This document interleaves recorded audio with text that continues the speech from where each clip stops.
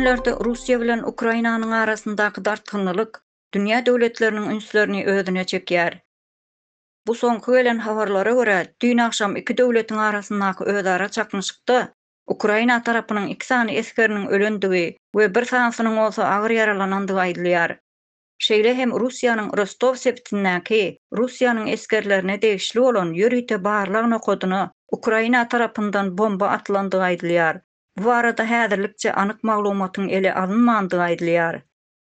Netijede näçe eskeriň ölendigi we näçe eskeriň yaralanandygy barada hem anyk maglumatlar ýok.